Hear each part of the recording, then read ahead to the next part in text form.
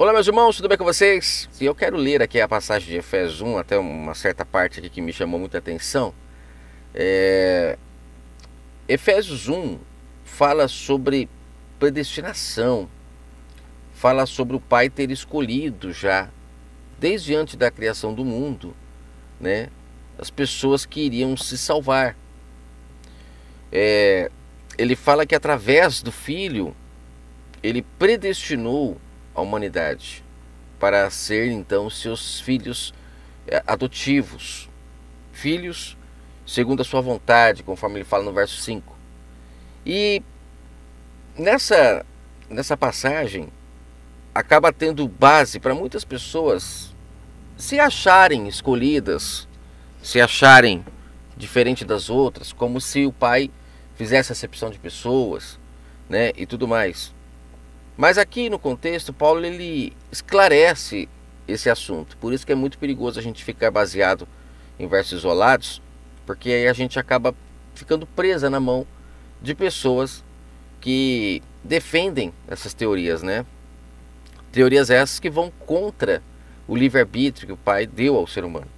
Quando a gente acredita em predestinação, a gente acaba, muitas das vezes, colocando nas costas, vamos usar figuras de linguagem, né, para nos referirmos ao Criador do Universo, acabamos colocando nas suas costas culpas, né, de muitas coisas que acontecem que é cavado com as próprias mãos do ser humano. O ser humano é que procurou, é que chegou a esse ponto, e o nosso Pai ele não tem prazer em nada disso, muito pelo contrário.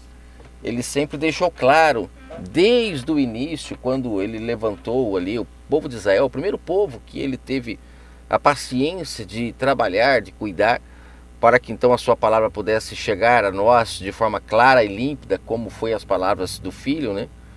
Ali, através daquela busca, né, entre a humanidade, ele encontra ali Abraão, e a partir dali ele começa o seu plano de redenção, o plano de trazer o ser humano de volta para casa.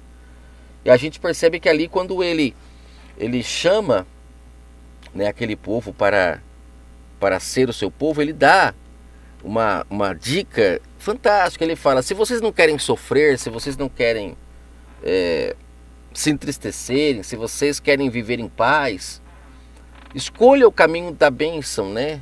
É o bem que vem do são, a bênção, o bem que vem do são. Eu tenho prazer de derramar coisas boas sobre vocês se vocês fizerem o que é correto. Agora, se vocês quiserem o mal, eu também sei dar a paga do mal. É o mal que vem do são, você percebe? Já falei sobre isso aqui no canal. As pessoas, infelizmente, atribuem o mal ao diabo, quando na verdade é o próprio Pai, né, que atribui também ao ser humano o mal, apesar de que ele é luz, nele não há trevas, como João fala. Mas ele, ao dar o livre-arbítrio ao ser humano, ele dá também os caminhos ao ser humano para seguir o bem ou o mal, né? E cabe a nós.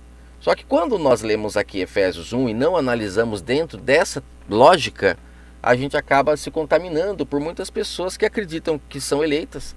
E aí tem até gente que quando vai começar as suas mensagens, né, alguns pregadores, eles chamam as pessoas de eleitas do Pai, aquela coisa toda que é para inflar o ego das pessoas. Mas Paulo fala em Efésios 1 que essa eleição, ela é seletiva, ela não é totalitária.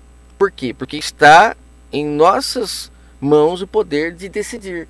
E aí, quando nós vemos um mundo todo, né, injusto, desleal, a balança está desregulada, quando nós vemos as pessoas sendo más, né, e a gente olha e pensa que isso tem a ver com algum diabo, tem a ver com alguma coisa que está do lado de fora tentando atrapalhar, né, a união do ser humano, a gente percebe que o Pai deixou claro ao escolher o povo lá de Israel, que foi o primeiro povo, quando ele começou a dar os primeiros passos para a redenção, ele deixou claro: está na mão de vocês escolherem o que é correto, o que é certo, né? O que vocês escolherem vai trazer para vocês as consequências da decisão de vocês. Então isso é muito importante a gente entender, porque quando a gente reconhece que somos nós que plantamos o mal e que vamos colher o mal, tudo muda, né? A gente passa então a ter atitudes diferentes.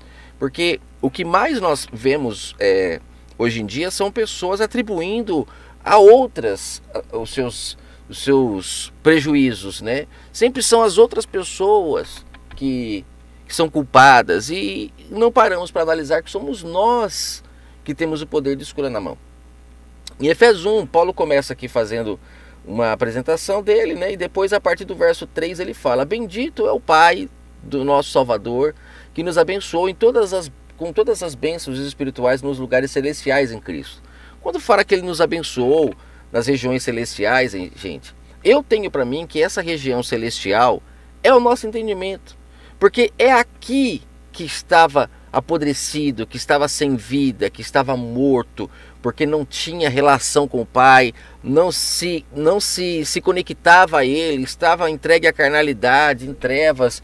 E aí vêm as palavras do Pai, e elas falam aonde quando elas vêm? Elas falam no nosso entendimento, porque é aqui a central de comando do ser humano, né? É aqui que vem a ordem para que todos os membros do corpo possam tomar as atitudes que precisam ser tomadas. Então é aqui que nós somos abençoados, aonde hoje o Pai se assenta na sua casa, que somos nós. Por isso que é um grande equívoco dizer que um templo de pedra, é até errado falar templo, é um salão de pedra, você colocar o nome dele de templo, o nome dele de igreja, porque você tira toda a compreensão de que a casa do Pai somos nós, e que é aqui que ele se assenta, e não é o homem que pode se assentar nesse local. Quem estiver com o homem assentado nesse local, infelizmente está propício ao abismo, né?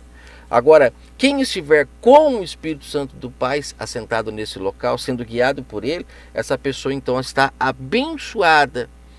Está abençoada no sentido que agora vai praticar o que é bom, o que faz bem, e aí a mudança começa a acontecer, e aí podemos então sermos remidos, porque ele vai falar no decorrer aqui o que é ser remido. Olha, o verso 4 ele já fala sobre isso de forma muito clara. Ele fala assim, que ele nos elegeu antes da fundação do mundo. Aqui essa questão de elegeu é onde muitas pessoas se apegam, querendo dizer que ela é eleita antes da fundação do mundo, mas existe uma cláusula aqui que Paulo deixa claro que é preciso se atentar. Eu vou falar sobre ela mais para frente. Mas só eu queria falar aqui no verso 4 que ele fala assim, ó, que como é que nós nos tornamos irrepreensíveis e santos aos olhos do Pai. Paulo não fala aqui que é quando vamos a uma igreja. Paulo não fala aqui que é quando participamos dos cultos, quando somos ofertantes, dizimistas. Ele não fala que é quando a gente tem um pastor. Ele não fala que é quando a gente lê a Bíblia todo dia, quando a gente jejua. Ele fala que a maneira de nós sermos santos e irrepreensíveis aos olhos do Pai é quando estamos diante dele em amor. Quando praticamos o amor, como João fala que o amor cobre multidão de pecados. Quando praticamos o amor, então somos santos e irrepreensíveis diante dele. E só é possível praticar o amor quando, aqui ele fala, somos abençoados, né, por intermédio das palavras do verbo da vida. E aí automaticamente mudamos as nossas atitudes, não só as palavras dele lá, mas como o próprio verbo da vida disse em João 14, que nós não ficaríamos órfãos após a sua ida. O Pai enviaria o seu Consolador, o seu Espírito Santo. Para quê? Para nos instruir, para nos guiar, ser o nosso guia, cumprindo Mateus 23. Abandonaríamos os guias mestres e homens e tutores para sermos guiados pelo Espírito Santo. O verso 5 fala assim, ele nos predestinou para filhos de adoção, por intermédio do Messias, por intermédio das palavras do Messias. Então, por causa das palavras do Messias, aquele que crê em suas palavras. Por isso que o Messias fala, aquele que crê em mim, ainda que esteja morto, viverá.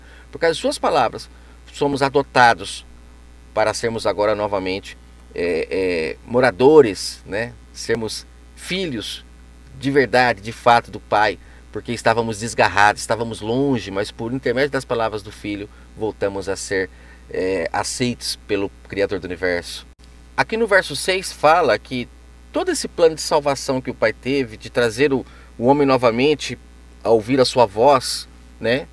Pelo seu poder maravilhoso de se comunicar com nós através do Espírito Santo, ele fala que tudo isso foi para louvor da glória do Pai. Era para que as nossas atitudes agora, por estarmos sendo guiados pelo Espírito Santo, trouxessem a Ele motivos de alegria, né? Que foi para sermos bons que Ele nos criou e não para sermos maus. Aí ele fala que pela sua graça, pela qual ele nos fez agradáveis a si mesmo. Olha só, ele como pai, ele quer se sentir honrado de olhar para o seu filho e falar como meu filho é bondoso, como ele é generoso, como ele puxou a mim, né? Então isso é maravilhoso de se entender. Quando ele fala que para louvor da glória da sua graça, é porque a graça, já comentei aqui no canal diversas vezes, é a presença do Espírito Santo em nós. Quando não aceitamos ouvir a sua voz, não estamos diante da graça. Não adianta dizer que a graça é algo que acontece para todos. A graça só acontece para aqueles que creem e são batizados, né? Conforme fala em Marcos 16. Quem crer e for batizado, então é salvo. Salvo? Como assim salvo? Quero gravar uma mensagem sobre essa questão sobre salvação, que é interessantíssima. Somos salvos porque agora o Espírito Santo em nós nos conduz a praticarmos o que é correto. E quando ele nos conduz a isso, vamos nos salvando, vamos nos redimindo. Redimir do quê? O Pai vem nos redimir do quê? Das nossas ofensas, das nossas maldades. A gente passa agora a fazer o que é correto, então nos redimimos, ou seja, nos convertemos. E é isso que o Espírito Santo faz, nos convence do nosso pecado, para nos achegarmos ao Pai novamente, como filhos remidos. Não é um milagre, não é um passo de mágica, é algo que tem que ser vivido no dia a dia. Mas infelizmente a religião traz isso como uma liturgia, como um dogma, como uma tradição, como algo que acontece no passo de mágica, que não é. É através da obediência que nos redimimos ao Pai, e não um passo de mágica, como muitos falam que estamos vivendo na graça. A graça, ela impõe em nós o agir correto, né? Se você não dar ouvido à voz do Espírito Santo, você não está na graça. Você está na lei, filho rebelde que precisa de leis para ser bom, né? Aí ele vem e fala: ele fez abundar para conosco toda a sabedoria e prudência. Olha só, olha o papel do Espírito Santo. O que o Messias veio trazer? Ele veio abundar em nós a sabedoria, a prudência, que é assim que um filho obediente age. Aí cai no que Paulo fala do culto racional.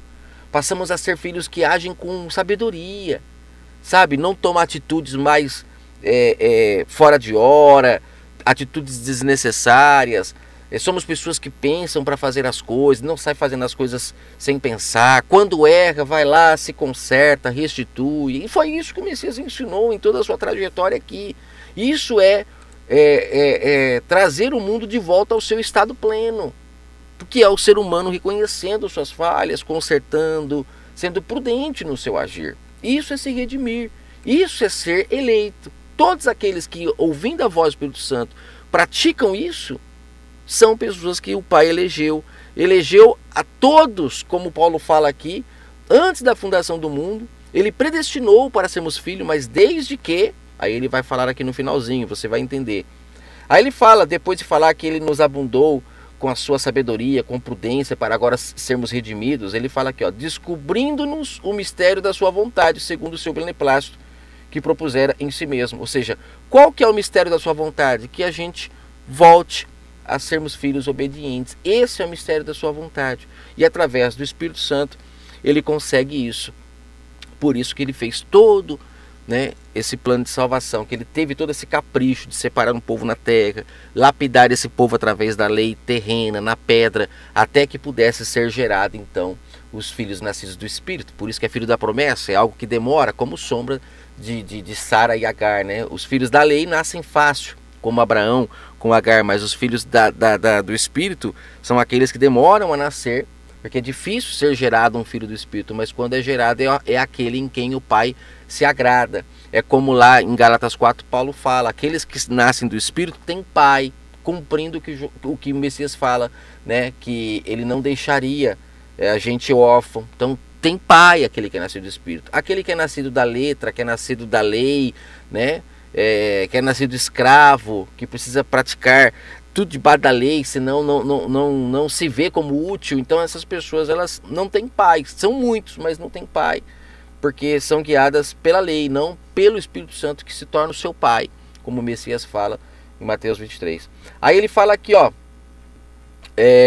no verso 10, que ele torna a congregar em Cristo todas as coisas. Quando as pessoas começam a fazer o que é correto, tudo vai se culminando novamente na palavra, né? A palavra do Pai, ela é aquela que transforma o homem em um homem melhor. E tudo tudo se culmina no homem. O homem foi criado para cuidar das coisas do Pai. Quando o homem ele recebe essa abundância da sabedoria, da prudência, todas as outras coisas se beneficiam. Isso é maravilhoso. Aí ele fala que a dispensação da plenitude na dispensação das plenitudes dos tempos, ou seja, no decorrer dos tempos, tudo que está no céu e na terra ia se culminando, voltando-se a congregar na palavra, né? Que a palavra ela tem a ordem de transformar a terra em um paraíso, mas como o homem fugiu da palavra, a terra se tornou então esse inferno que nós vivemos hoje. Doenças, fome e tantas coisas que nós vemos. Aí ele fala aqui, ó, no verso 11, nele digo, em quem também fomos feitos herança, havendo sido predestinados, conforme o propósito daquele que fez todas as coisas, segundo o conselho da sua vontade. Nele digo, ou seja, fomos predestinados, ou seja, aquele que de fato aceitar ser herdeiro da promessa. Qual é a promessa? O Espírito Santo. Essa pessoa então faz parte, né, dos predestinados. Aí ele fala o verso 12: com o fim de sermos para louvor da sua glória, nós os que primeiro esperamos em Cristo, em quem também vós estáis, depois que ouvistes a palavra da verdade, o evangelho da vossa salvação, tendo nele também crido, fostes selados então com o Espírito Santo da promessa. Olha qual que é a promessa aqui, o Espírito Santo. A partir do momento que cremos, aí somos selados, cumprindo Marcos 16, quem crer e for batizado, que o sistema fala que ali é no batismo da água da igreja, uma blasfêmia, um engano, para as pessoas não entenderem que é o batismo do Espírito Santo que o Messias está falando ali. O batismo nas águas era o batismo que João anunciava, João pregava dessa forma. O batismo do Espírito Santo é o Messias que traz. Tanto é que quando perguntam a João sobre com que autoridade ele batizava, ele fala, não se preocupem com a minha forma de trazer a mensagem, se preocupem com a forma que o Cristo vai trazer, porque ele sim, ele vai através do seu Espírito Santo purificar o ouro, né? E ele vai também queimar a palha. Então fiquem atentos, porque quem for palha com ele não tem brincadeira. Então aqui Paulo deixando claro que Marcos 16 está falando do Espírito Santo da promessa que nós somos selados. Quando cremos, somos selados pelo Espírito Santo da promessa. Para quê? Para fazermos parte dos remidos, para fazermos parte dos eleitos, daqueles que o Pai predestinou. Ele jogou a rede, por isso que chama até os discípulos para serem pescadores de homens. Quando joga a rede, todos os peixes são pegos? Não, são pegos aqueles que precisam ser pegos. Então é por isso que nós temos que permanecer firme, crendo nas palavras do Messias, do ungido, e mais, hoje temos como nosso guia o Espírito Santo e não os homens. Comer do pão que vem de sua boca e sermos de fato esposa fiel. Até hoje o sistema para manter o povo no engano diz que a humanidade ainda é noiva do Messias, um absurdo, uma grande apostasia, porque se o Espírito Santo já foi derramado, então nós estamos agora na era do relacionamento íntimo. Por que o Espírito Santo não tinha na velha aliança? Só alguns recebiam, que eram os ungidos, porque o Pai não tinha relação com o povo, ele se relacionava com os cabeças, com os líderes, com os mordomos das suas coisas, como fala em Lucas 16, mas depois da vinda do justo, o Pai então derrama o seu Espírito sobre todo aquele que crê. E aí existe relação de intimidade. Entramos para o quarto, aceitamos o convite do Messias para nos relacionarmos com o Pai em espírito e em verdade. Um forte abraço a todos e até a próxima mensagem.